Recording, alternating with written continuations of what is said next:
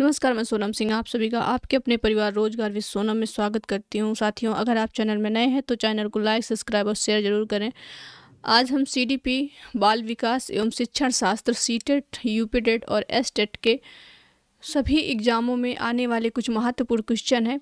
तो चलिए स्टार्ट करते हैं। क्वेश्चन नंबर 1 है, सांस्कृतिक तथा मानसिक रूप से विविध रिपोर्ट कक्षा में यह निश्चित करने से पहले कि शिक्षार्थी विशिष्ट शिक्षा वर्ग में आता है या नहीं, एक शिक्षक को करना चाहिए।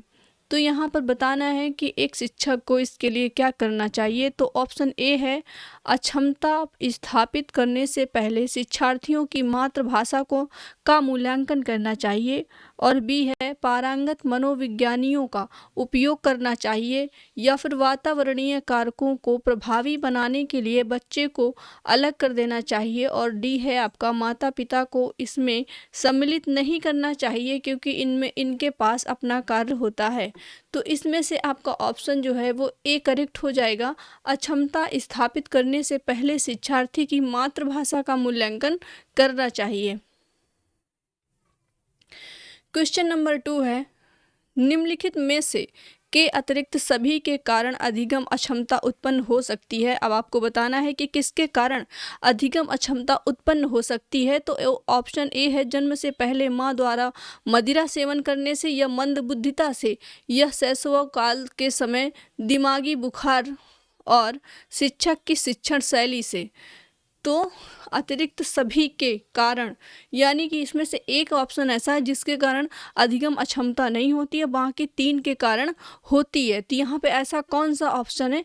यहाँ पे है डी, शिक्षक की शिक्षण शैली। इसमें अधिगम अक्षमता उत्पन्न नहीं होती है। और इनके कारण यदि माँ मदिरा पान करती है, मंदबुद्धिता है और शैशव काल का समय दिमागी बुखार आता है, तो इससे सभी कारण अधिगम क्षमता उत्पन्न हो सकती है। क्वेश्चन नंबर 3 है, एक समावेशी विद्यालय के अतिरिक्त निम्नलिखित प्रश्नों पर मनन करता है। यानी ऑप्शन ए है, क्या हम अधिगम योग्य परिवेश की योजना बनाने और उसे प्रदान करने के लिए समूह में कार्य करते हैं। बी कह रहा है, क्या हम विशेष बालक को बेहतर देखभाल उपलब्ध कराने के लिए उचित तरीके से उन्हें अलग करते हैं। और बी कह रहा है, क्या हम शिक्षार्थी की विभिन्न आवश्यकताओं को पूरा करने के लिए युक्तियां अपनाते हैं। और डी कह रहा है, क्या हम यह विश्वास करते हैं कि सभी शिक्षार्थी सीख सकते हैं। तो इसमें से कौन सा ऑप्शन सही होगा? एक समावेशी विद्यालय के अतिरिक्त, मतलब किसके अतिरिक्त निम्नलिखित प्रश्नों पर मनन करता है। तो क्या हम विशेष बालक को बेहतर देखभाल उपलब्ध कराने के लिए उचित तरीके से उन्हें अलग करते हैं। तो बी ऑप्शन करेक्ट हो जाएगा। दोस्तों, ये वो क्वेश्चन है जो कि हमारे एग्जाम में कई बार रिपीट हुए हैं। क्वेश्चन नंबर 4 है, प्रतिभाशाली शिक्षार्थी है, अपसारी चिंतक है, या बहिर्मुखी है, अभिसारी चिंतक है, या बहुत परिश्रमी है। तो आपको बताना है कि प्रतिभाशाली जो शिक्षार्थी होता है वो कैसा होता है। तो वो अपसारी चिंतक होता है। ए आपका करेक्ट हो जाएगा। क्वेश्चन नंबर 5 है, दिए गए वाक्य को पूरा करने के लिए निम्नलिखित में से कौन सा युग्म सर्वाधिक उचित विकल्प होगा। जब बच्चे उन्हें गतिविधियों में शामिल होते हैं जो होती है तब वे जल्दी करते हैं। जब बच्चे उन्हें गतिविधियों में शामिल करते हैं तब वे जल्दी करते हैं। तो इसमें बताना है कि क्या होगा। ऑप्शन ए है, केवल उन्हें अच्छा कार्य से संबंधित प्रत्यय स्मरण। बी है, सांस्कृतिक रूप से निष्पक्ष स्मरण। और सी है आपका, वास्तविक जीवन में उपयोगी सीख। और डी कह रहा है, कक्षा में उपयोगी विस्मरण। तो यहाँ पर आपका ऑप्शन सी करेक्ट हो जाएगा, वास्तविक जीवन में उपयोगी सीख।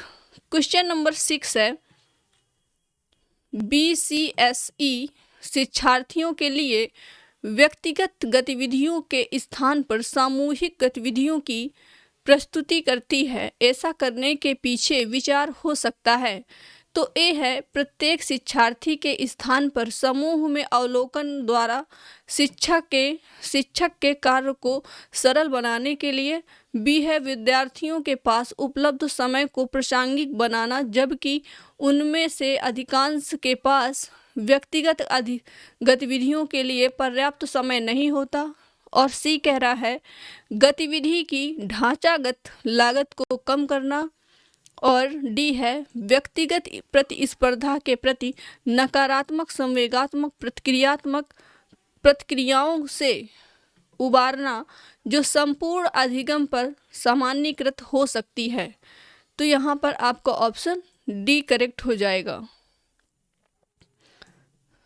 व्यक्तिगत प्रतिस्पर्धा के प्रति नकारात्मक संवेगात्मक प्रतिक्रियाओं से उबारना, जो संपूर्ण अधिगम पर सामान्यीकृत हो सकता है।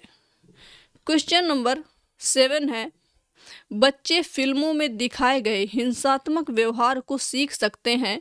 यह निष्कर्ष निम्नलिखित में से किस मनोवैज्ञानिक द्वारा किए गए कार्य पर आधारित हो सकता है। तो यहाँ पर मनोवैज्ञानिक जे.बी. वाटसन है, और बी है अल्बर्ट बंडूरा, सी है जीन पियाजे, और डी है एडवर्ड एल थॉर्नडाइक। यहाँ पर बी आपका ऑप्शन करेक्ट हो जाएगा।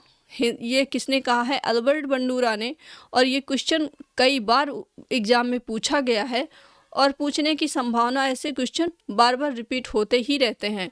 क्वेश्चन नंबर 8 है शिक्षार्थी फैशन शो को देखकर मॉडल्स का अनुकरण करने की कोशिश करते हैं। यानी शिक्षार्थी जो फैशन शो होता है उसको देख करके मॉडल्स का अनुकरण यानी कि उससे सीखते हैं, करने की कोशिश करते हैं। इस प्रकार के अनुकरण को कहा जा सकता है, यानी कि क्या कहा जा सकता है? गौण अनुकरण, या सामान्यीकरण अनुकरण, या सामाजिक अधिगम, या प्राथमिक अनुकरण। तो इसको सामाजिक अधिगम कहेंगे। क्वेश्चन नंबर 9 है यदि शिक्षार्थी पाठ के दौरान लगातार गलतियां करते हैं तो शिक्षक को क्या करना चाहिए? ऑप्शन ए है पाठ को कुछ समय के लिए छोड़ देना चाहिए और कुछ समय के बाद वापस जाना चाहिए। बी कह रहा है गलतियां करने वाले शिक्षार्थियों की पहचान करनी चाहिए। और सी कह रहा है गलतियां करने वाले शिक्षार्थियों को कक्षा कक्ष से बाहर खड़ा कर देना चाहिए। तो ये तीनों ऑप्शन आपके गलत हो जाएंगे। और अनुदेशन कार्य समय सारणी अथवा बैठने की व्यवस्था में परिवर्तन करना चाहिए। तो आपका डी करेक्ट हो जाएगा। आपका अनुदेशन कार्य समय सारणी अथवा बैठने की व्यवस्था में परिवर्तन करना चाहिए। क्वेश्चन नंबर 10 है